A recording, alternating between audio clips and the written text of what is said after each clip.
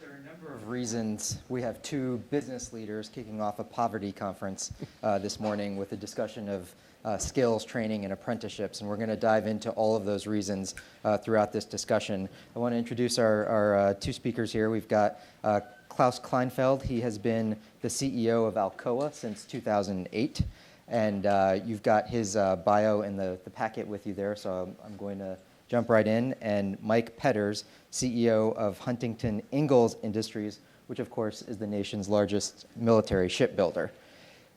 Mike, I want to start with you. Your company has two apprentice schools. That's one of the reasons you're here, one in Virginia and a newer one in Mississippi.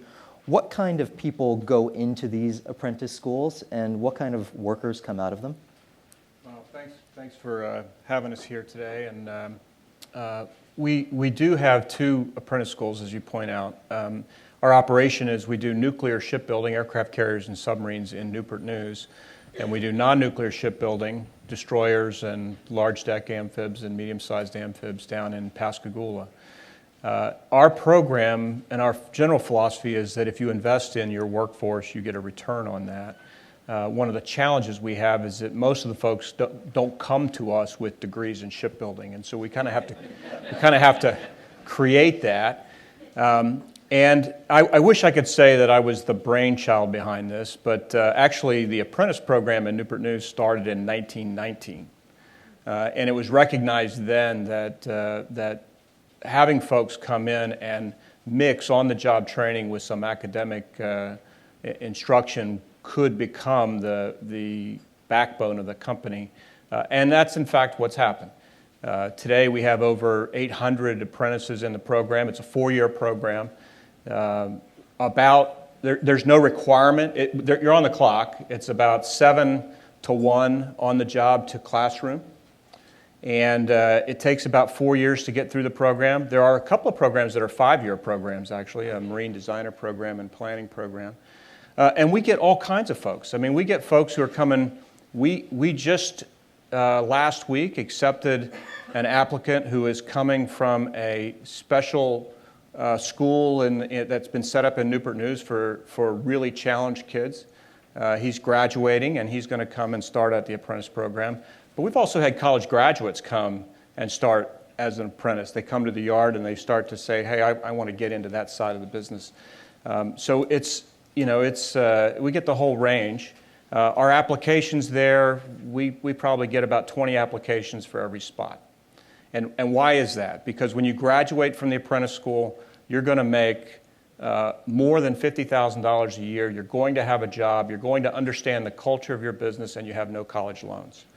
Now, several years ago, I was given the responsibility I spent 27 years now at Newport News, but about 6.5 years ago, I began also with the responsibility for what was happening in Pascagoula, and this is in the wake of Katrina. At that point in time, beginning of 2008, we had basically rebuilt the shipyard, but the workforce had been completely decimated by that storm.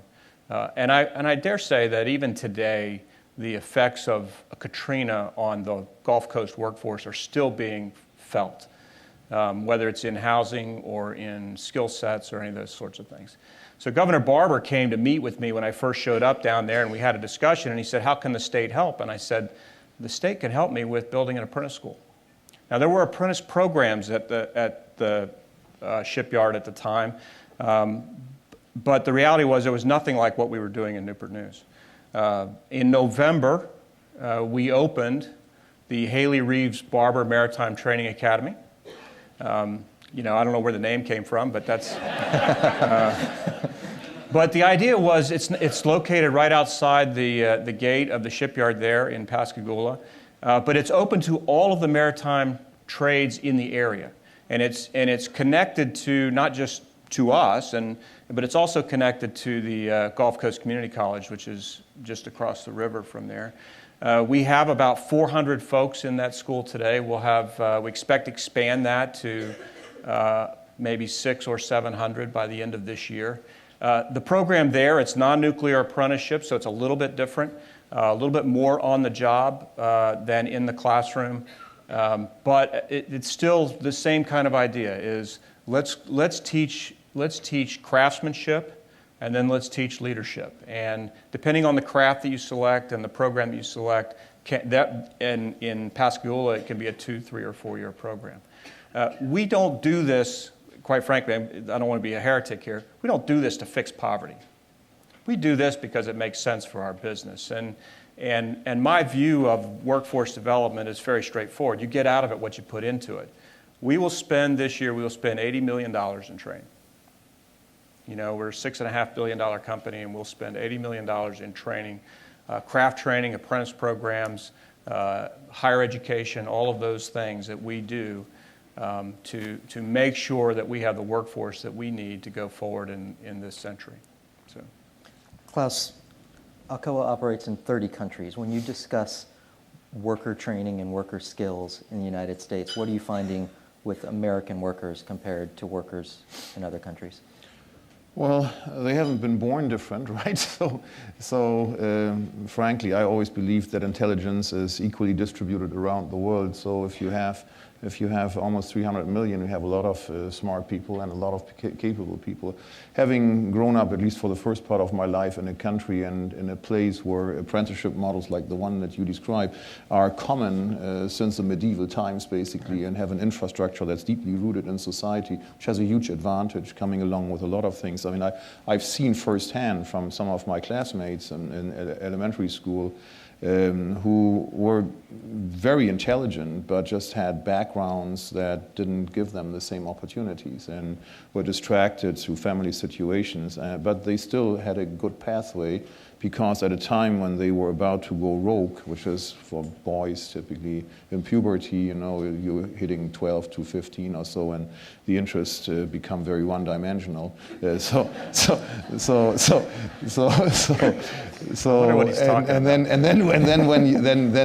then when you have to choose between doing your math homework and tuning your motorcycle, it's actually pretty simple what you choose. But I mean, you can combine these two things. I mean, and you can basically teach somebody to tune a motor with a modern electronic equipment, you know, and by this teach math. And that's basically the whole idea of it. I mean, give people an opportunity to have multiple pathways to a good education. I mean, so I think that, and that's also part of the answer here on that, I think we have multiple pathways there. I personally think that the U.S., when I look at the U.S. historically, I have 2 daughters, and one of the gratifying things was to go on a college tour with the daughters. And I learned a lot about the U.S. educational system historically and saw the differences in the schools, which I found historically fascinating. I mean, how diverse they once have been, but they have become a little undiverse these days because it almost feels like every time you discuss something, everybody says, well, you got to have K to 12 and college, and otherwise you're a dropout, right? I think that's not a good pathway. You know, we have to offer more options to achieve good paying jobs. And so it starts I think with the K to 12 situation. I personally believe very much we have to offer opportunities not just to reform K to 12, but also offer opportunities to give people a chance to go to a more occupational oriented school. You can choose a pathway from 9th grade on to basically make sure that this hit through when the hormones hit, you know, and distraction comes in, that they have another way to get a good education. At the same time, the system has to be open, because otherwise, if the system is not open and doesn't even allow you at a later point in time to go to college or to go to university, you achieve basically a stratification of society at a very early start, you know, and put people into brackets and basically predetermine their lives. And the smarter ones notice that, and they basically have no other choice then. If they want to make money, they become a drug dealer, you know. So it's a very logical choice, you know, very, very logical choice, you know. And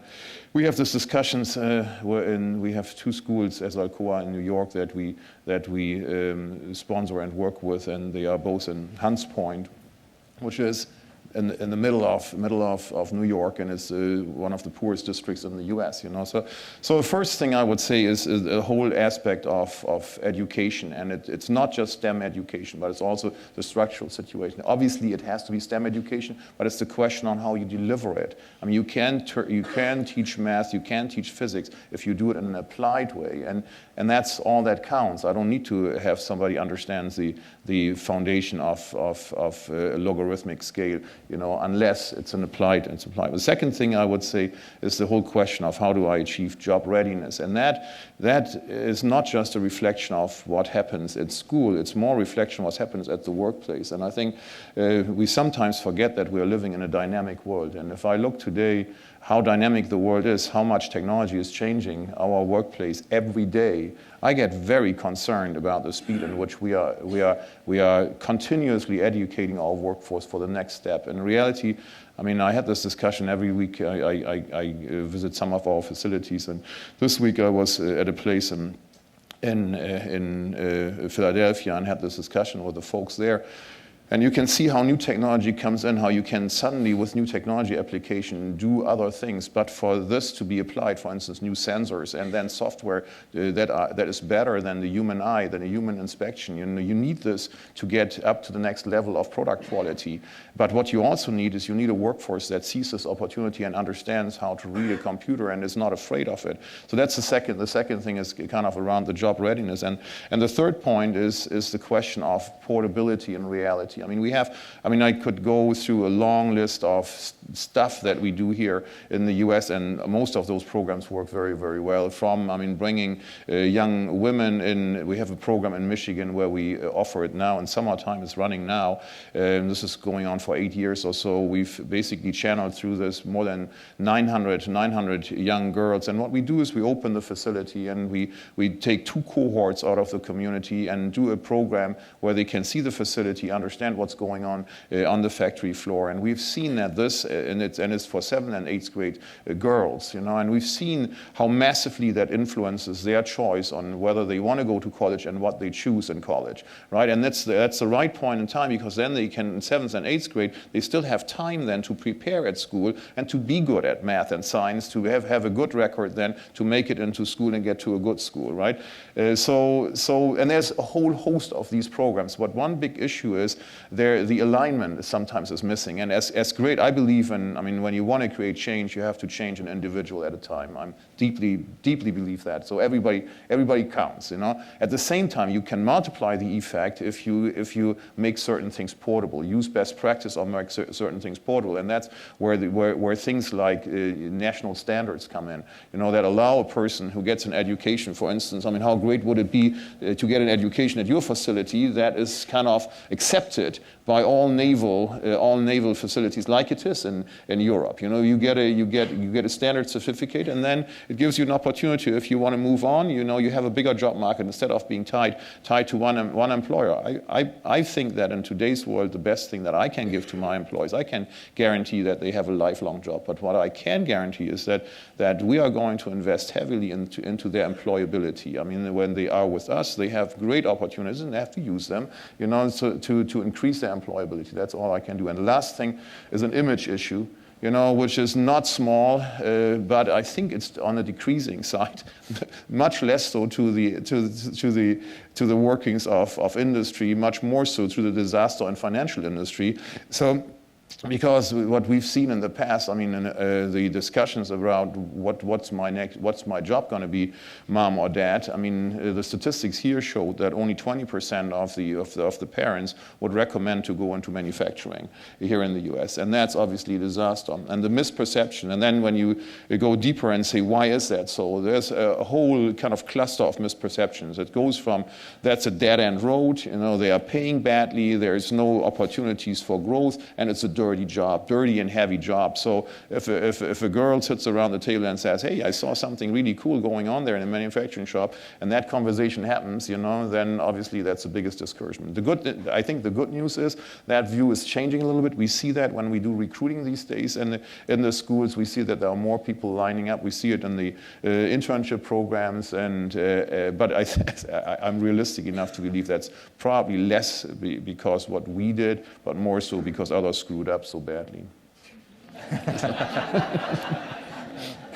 Mike, your apprentice programs require some math and science. It requires a little bit of background to get in the first place. How would you rate the quality of math and science education that you're seeing at the high school and community college level for people who are coming in? Well, I think it's a mixed bag. One of the things that we had to get at was there is an underlying view, and I think there may have been a study many years ago that said that the rate of economic growth in any particular region or area is directly correlated to the number of bachelor's degrees in that area. I think that may be statistically true, but I think it's one of the most dangerous things that's ever been put out. We have 40,000 employees today. About 20% of them have bachelor's degrees. We're going to hire between 3,000 and 5,000 people over the next 3 years or so. 90% of them do not require a bachelor's degree. One of the things that we had to go into the schools that we've done in the last several years used to be in our communities, to this manufacturing point that Klaus brings up, used to be in our communities, the teachers would actually tell the kids in school that if you don't pass and you don't go and get through my program, through my class, you might end up working in the shipyard. A great endorsement. So what did we have to do? I mean, basically where we were in that era was we were getting applicants that were fourth quartile students. So we had to kind of take that on head on. And one of the things that we do, probably not unlike what you do, we actually bring the teachers in for the summer. And we put them in the shipyard for, a couple of weeks, give them a chance to see what the shipyard is really like, what that environment is like. You know what? It is hot. It is hard work. But you better know some math and science. You better know how to communicate. And I've got a description here. This is just right out of our job descriptions. A rigger is someone who actually operates a crane, lifts things up. We have such heavy stuff. There's a lot of lifts going on. I actually think that if we took all of our cranes and lifted their limit all at the same time, that the Earth's rotation would change a little bit, because it would change the center of gravity a little bit. But and that's my physics brain talking there. This is a quote from our employment manual. Riggers must be able to calculate the weight and center of gravity of the item being handled, determine the capacity of the lift points, and calculate the angle imposed on the handling gear in order to select the most appropriate gear for the task at hand. Now, I would suggest to you that a fourth quartile high school student is not going to be able to do that, And, what we found is that some first and second quartile high school students can't do that right away, right? So that's why we invest in this so much, is because we're trying to fix that challenge on the back end. But that's really what we're doing, is we're fixing it on the back end. And that's why I think this idea that these college degrees and you want to get everybody in, get through college. What I hear at the CEO roundtables that I go to is that folks are going to colleges now and saying, you know what, it's great that they have a degree, but they're not job ready. That's a real challenge. We like to think of this as a value stream that starts, and I know you're going to talk about preschool this afternoon, and I think that's great. I'm married to a preschool teacher, so I'm actually, our daughters are both elementary school teachers, so I don't know why they didn't go into manufacturing. But if you think about the value stream of education, what we're doing with apprentice schools and craft training and on-the-job training and upgrades and all that stuff, we're dealing with the end of the value stream. And I know that Klaus's business wouldn't be successful, and my business is not successful unless you deal with the beginning of the value stream. And so in our business, we have heavy programs to train workers on the front end. We actually insist that some of our support in the community is on the front end of this. The long, I call that the long game. You have to play the long game here, even if you're investing in schools and kids that may not ever work in the shipyard. And a funny thing is happening for us is that now we're starting to get second and third quartile kids, and we have high school teachers who are saying, if you get through my class, you might actually get a job at the shipyard. What are you finding in the communities you're in, the kinds of workers they're coming up with? Community colleges across the country are rushing into this area to try to give you better workers. Are you doing Yeah, well, that's fascinating, because when I came to the U.S. first, I mean, the thought was, having seen this, the apprenticeship model working so well, my thought was, that's it. I mean, that's the solution. And then seeing at the same time, I mean, what you said, I mean, your program exists for a long time, so you have built an infrastructure. But that's unfortunately not the reality. It's rare. It's very rare. Very, very rare. And then trying to build that up, you have to face that there is a substantial difference from the infrastructure that you find here in many places compared to what you find in Europe, right? Because there it's usually shared infrastructure. All the companies, mid-sized, big ones, they all share this infrastructure in the community and everybody works with it. I mean, here you have to build it all up from the ground. So what you face is really super high costs of this. So we've done that at some places, and particularly try to always do it as an activity with others.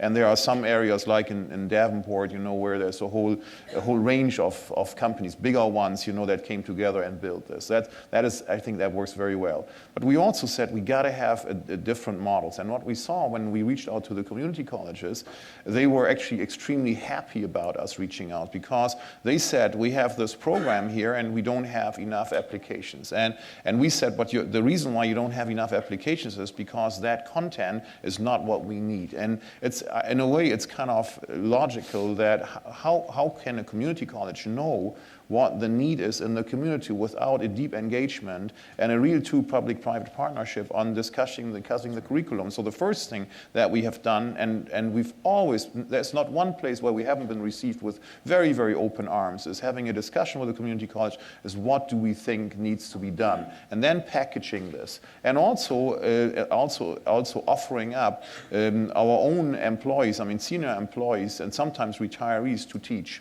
Right, and then also putting it together with sponsorship programs inside of the company. So, for instance, I mean, if you do a welding program or if you do a numeric control handling operator, you can teach that in a weekend course or an evening course, and you can basically we pay for the course and we give time to the person, if they want to do that. But we don't give the full time, because we also believe that you want to see the commitment of the individual, because what often comes with it, once they've gone through it, or very often actually before they even graduated from those courses, they get a better job, right? So this has worked extremely well. But there's not one size. I think I really believe it's not one size fits all, but there are multiple things that work very well. Community colleges, good fabric in the US, and we're making use of it everywhere where we are with extremely good results. Mike, there's a figure in the one of the poverty papers in the book today. The federal government spends $100 to $400 per apprentice in terms of training from federal dollars. Local governments spend $11,400 per community college student. Would public money make a difference in your program or in other programs? I mean, in fact, our two programs have been in partnership with the states. The Haley Barber Center was $18 million grant in the Katrina grant. It was a Katrina grant that Governor Barber was able to marshal to actually create the facility and allow us to put all that in one place. And we opened that in December. We opened I think we opened that in November. We opened a new building and a new effort in Newport News with a state partnership of nearly $70 million. And that's a partnership because that school is located in downtown Newport News, which has a lot of the challenges that downtowns have, is that it's empty, right? And you have, in downtown Newport News, you have the largest shipyard in the Western Hemisphere on one side of downtown. On the other side, you have the largest coal piers in the Western Hemisphere. And so it's not exactly the kind of place where you're going to have this big urban renewal kind of thing going on. And so so what's happened, though, is we put the apprentice school right there, and we've built housing to go with it. We've done retail, and this is part of the public-private partnership. Is the facility is the part that we needed, but the private, there were other folks who were interested in housing and retail to bring it all and kind of create a little bit of a campus feel to it, which has been very, very positive and well received, and it's changed the face of that part of downtown. It's not going to solve the challenges of sitting between a shipyard and a coal pier, but it's certainly going to help. I want to go back to what Klaus talked about on the community colleges. For several years, I served on the state board for community colleges in Virginia. And let me tell you, there's a couple of dozen community colleges that are thirsty for businesses to come and say, what is it that you want? In Newport News, there's 3 community colleges in the area. One of them, actually, we gave them our virtual welding training program so that when we get someone who's been through their program, they can skip ahead in our, they're not all the way through our welding class and our welding program, but they skip ahead that way. We put our design software over in the community colleges, so if you take the design programs and you come to us from Thomas Nelson as a designer, then we know that you've already learned how to use the software that we're using. So there are a lot of ways that businesses can engage in this. And what I would tell you is that there's an appetite out there, because the number of people that are applying to go to community colleges today, at least in Virginia, are running well ahead of the ability of the system to support it. You have a school that was created for 5,000 students, and you have 15,000 people there. And we've done all the same thing. We have faculty that are shipyard people who are teaching over there, and adult education is something that you ever want to get involved with. I will tell you that if you ever want to have an inspiring day, go to a community college graduation. Because a lot of the folks who are graduating that day never ever thought that they would ever graduate from anywhere. And it may very well be the first time that they've ever graduated in a ceremony. And it is just it's a heartwarming day to see people who've had that kind of a success. And so I encourage every business leader I talk to that if you're not engaged in the workforce development pipeline through your community colleges or however you want to do it, if you're not engaged in that, you won't be happy with the product you get out of it. But if you are engaged in it, think of it as an investment, the return is really high. I think part of it is also, I fully agree with what you just said, and just reflected on some conversations that I had with some folks on the shop floor that have been going through it, and it's sometimes not easy, because also on the shop floor, this is not a established concept in the US, unfortunately, right? So they sometimes get mockery. I mean, the family complains about it. What are you doing? You're staying away, getting education in the evening, you are gone for the weekend, and you're still bringing home the same money, and mockery at the workplace. But then, I mean, the dynamics entirely change the moment they see that they get promoted and get to go be given another job. And unfortunately, what people then also realize, that very often that the jobs of those ones that didn't get the education are at much, much higher risk to be eliminated.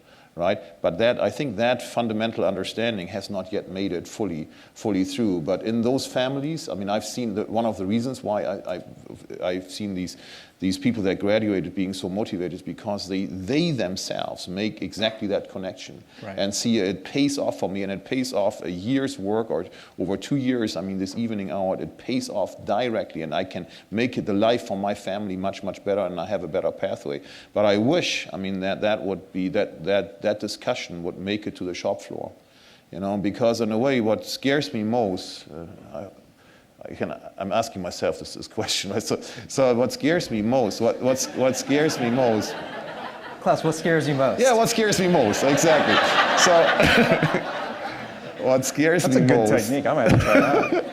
Yeah, that's a good one, isn't it? So what scares me most is that, and it scares me more in the last 24 months than it ever has scared me, because I would have, if we had had that conversation 24 months ago, I would have very violently said, well, if we get this education thing under control, and I think we have good ways to go, we will be fine.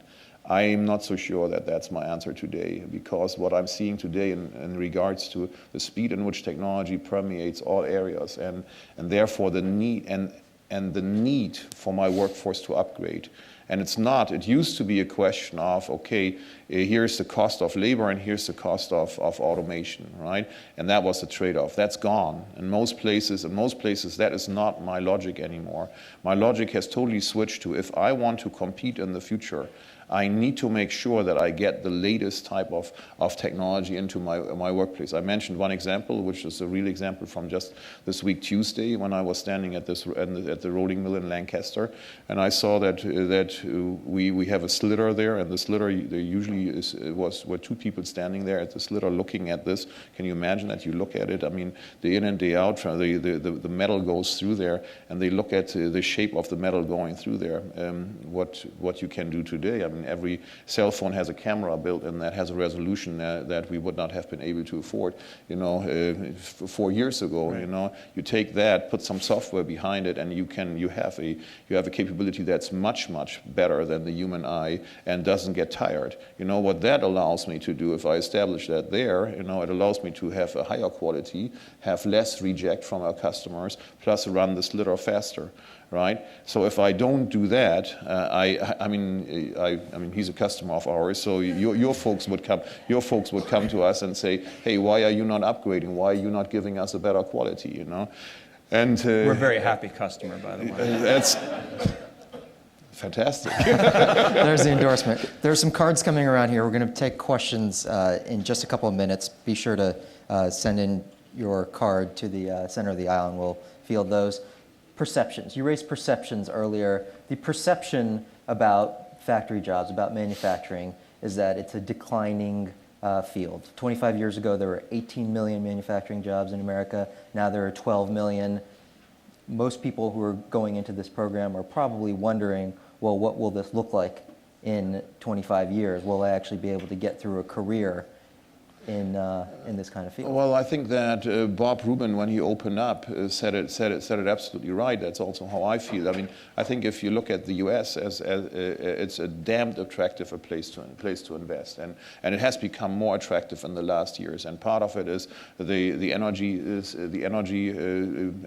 shale price revolution, shale gas revolution, basically. And part of it is also the availability of modern technology, where we have clearly a lead. So our biggest bottleneck these days, in my view, is to connect this with the capabilities of our workforce. If these two things come together, I think we have an absolutely outstanding capability to be very competitive for a long time. The job, however, on the shop floor will dramatically change, as it has, and I would argue dramatically change for the better. Because a lot of the work, I mean, in the past, I mean, you talk about crane operators. I mean, funny enough, they had me operate a crane in Lancaster. And interestingly, the crane had just been equipped with modern software. So because typically when you move a crane around, and you've done it yourself, the good moves, right? If you put some software in, basically you can make sure that you can move it around without the crane, the good moving, which is much safer because you don't knock people over, and you can move it faster, right? Which is a good thing, isn't it? It's a bad day when that happens. I know. So particularly when you have heavy stuff on it, that can move the earth, That's right. But it will be a different situation. Before, the crane operator is on the floor in a hot environment, very often not the cleanest environment. The moment you can upgrade that, I mean, it's a person that sits in an air-conditioned unit, and does it basically remotely, right? So the jobs will change. But if I look at, I mean, we're building. If I look at the investments that we have been announcing in the last 18 months, I mean, almost all of the big ones have been here in the U.S. I mean, 2 expansions on the automotive side, one in Davenport, one in Tennessee, right? And 3 ones here around aerospace in various places. And all of this are manufacturing jobs, typically in the range of plus 400 to 100 people, right? But the jobs will look different, and the skills that are needed will be different. Mike? I would say that, I'm going to quote the Secretary of the Navy, gave a speech a couple of years ago up in Newport, and he stood out there and he said, look, if you take the population of America today, it's between the ages of 18 and 25, and take that population and reduce it by folks who do not have a high school diploma, folks who are not physically fit, have health issues of some kind, and folks who have a criminal record of some kind. If you take that population and you take those people out, you are left with 25% of the people. Now, that's who the Navy's trying to recruit, right? The challenge is that's who I'm trying to recruit, right? And so when I go in my daughter's classroom, that has just hung with me since he said that. And I can't tell you where the numbers come from or any of that sort of thing. And I know that there are jobs available for folks who have criminal records. There are jobs available for folks who don't have high school diplomas. And obviously there are jobs available for folks with health issues. But if you walk into a grade school classroom today, especially, and our daughters teach in some really tough parts of the country, you go into those classrooms and you see those kids and you say, 1 in 4 is employable when you turn 18. The other 3 are going to be at some level of friction on the system in some capacity, right? Either not fully utilized or fully engaged, or worse, creating contrariness in the system.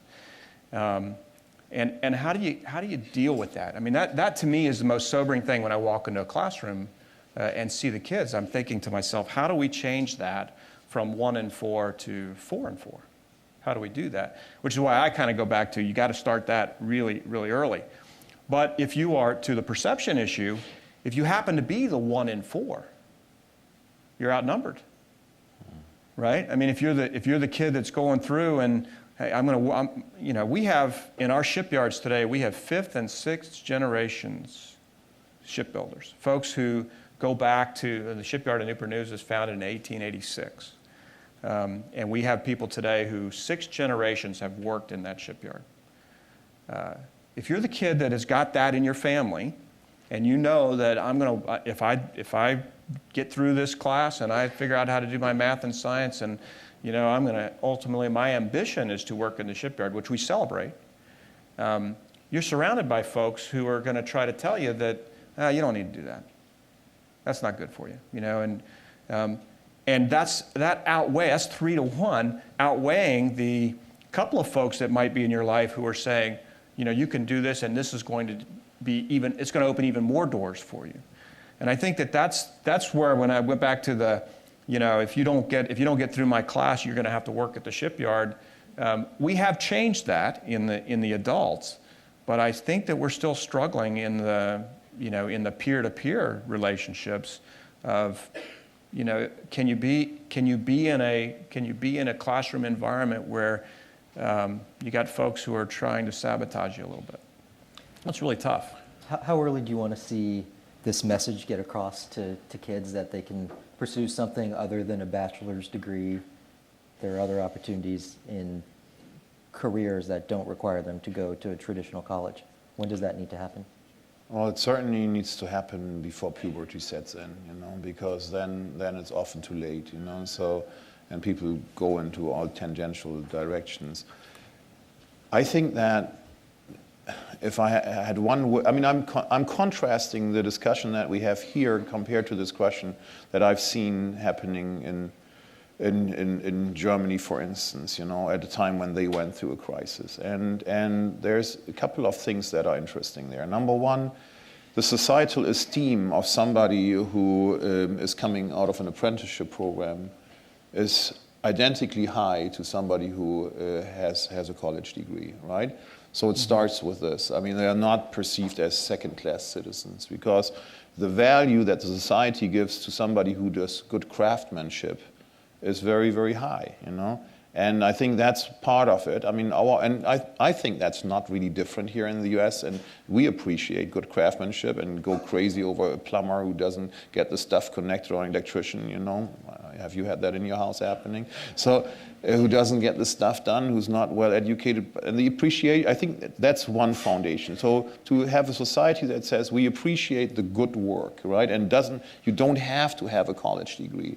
If we could get a little bit of more of that. And the second thing is a deep understanding of, if we don't move on and continue to add skills, right, we will not have an employability. It's not about, nobody can guarantee a job of the future. The only thing we can do as a society to increase the chances of employability, it's It is partially every individual's task, but it's partially our task to provide an environment that has multiple opportunities and that is free, that if you go on one path, it allows you still to go off on another path and doesn't basically box you in for life at an early point in time.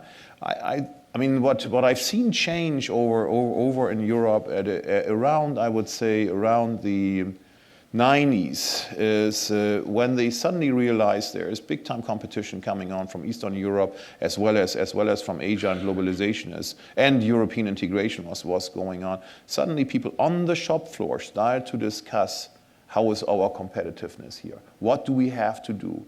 Who are we really competing against?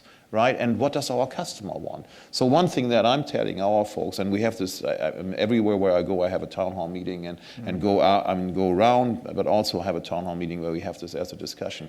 I mean, as a society, to have a discussion about what can we do, and then have the opportunity to say, well, we have a community college, you can do this, and would be great to have. We just had our master contract discussion with a negotiation with the U.S. steel workers, and I said going in, I wish we could have more of a discussion about, instead of job increase, but more of a discussion around let's give additional time to the employees for education, right? Because in my view, that has a higher value than a 0.5 or 1% increase of salary, because you have to look at it as an integral of earnings potential under the curve of lifetime, right? It's not about what you make tomorrow, it's about what trajectory it gets you on. That's, in my view, that are all discussions, you know. Now, how did that work? I've got to negotiate with steelworkers next year, so I'm... No, the leadership totally agrees and totally gets it, totally agrees. But unfortunately has not yet been able to get everybody on board. So the locals are the challenge. Yeah. But in a way, I must say that's also on us. That's on us. We have to also be more educational and say, this is the competitive environment, this is what's happening, you know, bring some fresh talent in, show them what's going on. Yeah. Okay, there are quite a few really good questions here, so we're going to try to get through as many as we can. This is start with this one. Your training programs seem to be the exception in the corporate mentality. Currently, companies seem to hope that the government will train its workers for free. Isn't that market distorting? I don't think that's true. We just had the business roundtable meeting yesterday, and I would say probably 200 CEOs showed up. I would bet you, if you would have gone around with a microphone and said, that's everybody, without even telling them that we do that, everybody says what they do for education programs here in the US. I think everybody has great stories to tell. Yeah, they may not be formal apprentice programs like I have a 4-year institution, but I was at the same meeting with Klaus yesterday, and I would tell you that there's actually a committee of the Business Roundtable that's the Workforce and Education Committee, and that's one of those highly energized groups, and the things that come out of that committee are what people are doing in regions, and really the public-private relationships that are going on in different regions to support different industries is really kind of an untold story right now. Okay. A common criticism of vocational training is that it locks young people into a career from a young age that may actually limit their opportunities later in life when conditions change. How do you deal with that? Yeah, that is a problem here in the U.S., absolutely, and we have to break that, because that is exactly the problem. I mean, as long as we societally believe K-12 and college and otherwise you're a dropout of society, this will not function. We need to change that dialogue. It's one of the big things we need to change, and it's relatively easy to change because the options are there. The other options, we live it every day. The options are there. How much do you value workers with a secondary, with a grad school education in the labor pool? It probably depends on what the degree is. You know, we like our engineers to be able to communicate, which is kind of an interesting challenge. A new concept. A new idea, yeah. Rare. They talk about rare. Talk about rare, right? Exactly. And so, you know, we actually have continuing programs where we will support tuition for grad school programs if they are. We have to bound it a little bit, and if there's a business relevance to it, then we support it. What's interesting about that to me, though, is that. Even in our senior leadership, we kind of debate back and forth about whether is that an entitlement which attracts talent because you have a program that will allow them to go on, or is that an investment by the company? Right? I mean, it's an interesting philosophical debate to go back and forth on this because, you know, you start trying to figure out your competitiveness, programs come up on the table, and every once in a while this program comes up on the table and say, should we support it the way we do? Well, okay, is it a benefit to the employee or is it an investment by the company? And in my mind, it's both. You know, it's just like healthcare. Healthcare is a benefit to the employee, but it's absolutely an investment by the company. And so, you know, it's the same kind of thing. It is a fact that those with criminal backgrounds will not find jobs allowing them to come out of poverty. What do you think should be done to allow people with criminal records to come out of poverty? Yeah, I'm not the right guy to ask that because I have clearance issues that criminal records start to get in the way of employment for us. We do, on the Gulf Coast, we do have some opportunities for folks with criminal records. And my philosophy is if you've made a mistake and you've served your time, you should be able to come back and you've paid the penalty and you've done what you need to do. You should be able to step back up on the step again. But I recognize that that's not the way everybody looks at that. My problem with that is if you look at the number of inmates per capita here in the US and compare it to any other country, we have to ask ourselves whether there's something not right with the system. Yeah, that's right. Here's a question that came over Twitter. Apprentices have bills to pay and basic needs that need to be met just like seasoned professionals. How do you deal with that, Mike, with the We pay them. apprentices? You pay They're on the them, but clock. Are they? Absolutely, yeah. I mean, you start, and I got the numbers here somewhere. But like I said, you graduate from the apprentice school, you're making $50,000, and we paid you for 4 years to go through school. You know, Same with quite us. frankly, if you can't make your ends meet on what we pay you to go to school and get training, then you've got some other issues you got to go work. There are 4 or 5 questions here about nonprofits and what nonprofits are doing to work with you in your local communities. What's the best model for this that you're seeing? We believe in community and societal engagement. We work with a lot of non-government entities on multiple fronts. I mean, there are some areas where there is a stronger need for them. Sometimes we are supporters, sometimes they help us, you know. So I believe that the bigger the organization is, the more you have to, as a CEO, make sure that the organization open itself up to basically let all influences come in. I mean, we have lots of touch points. I mean, in the towns that we're in, we're the largest industrial site in the state of Virginia, and we're the largest employer in Mississippi.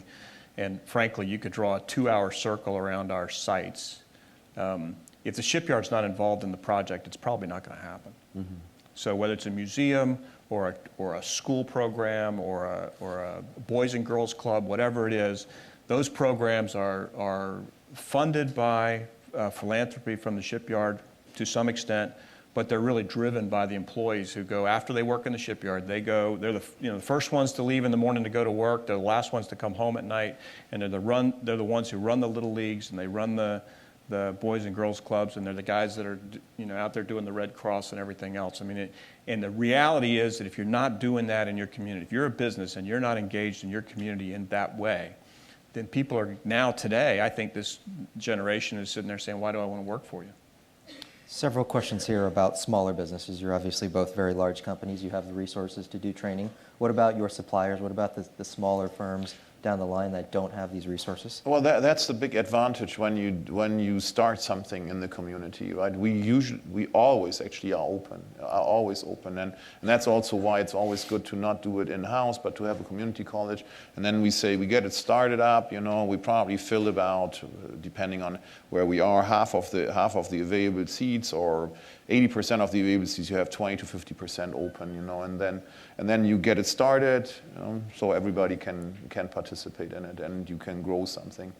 I believe that it needs to be open all the time because we want the suppliers and the whole community to upgrade. I actually just would say that I think that investment is scalable. Whether it's a large investment like what we make or a small investment that a small business would make, I think it's scalable and a vital part of your success as a business. Well, the other thing is, by the way, a discussion that we recently had on this. I mean, where I forgot who it was. Oh yeah, it was the competition, the Advanced Manufacturing 0.2 initiative from the president. It had a competition for community colleges and initiatives, and so there were some were asking. They heard about a program that we did at one place here, and they didn't have any of this, and they said, can we take that program, even though we don't have a facilities there? And we said, absolutely, you can take it. You can have all the documents, all the stuff. You can come and do it. So we're totally open, and we want this to spread, and we want best practice. And by the way, the BRT, the Business Roundtable, plays a very good role in that, because there's the group that you mentioned, the subcommittee that you just mentioned, has encouraged best practice exchange, so that people don't have to invest the same thing in the startup and make the same mistake, so that you can start right away with a program that has worked. Okay, we will wrap it up with just one last question for each of you. If there's one thing you could change in how we do skills training, what would you change? I think the flexibility of the system and the societal rhetoric, employability and an understanding you have to personally invest in it, and flexibility of the system to allow you to go different pathways. I'll show my bias here. I think we need to invest in preschool. Good one. Well, we will have a panel on that coming Right. up in a bit. Klaus Kleinfeld, Mike Petters, thank you very much. Thank you. Thanks.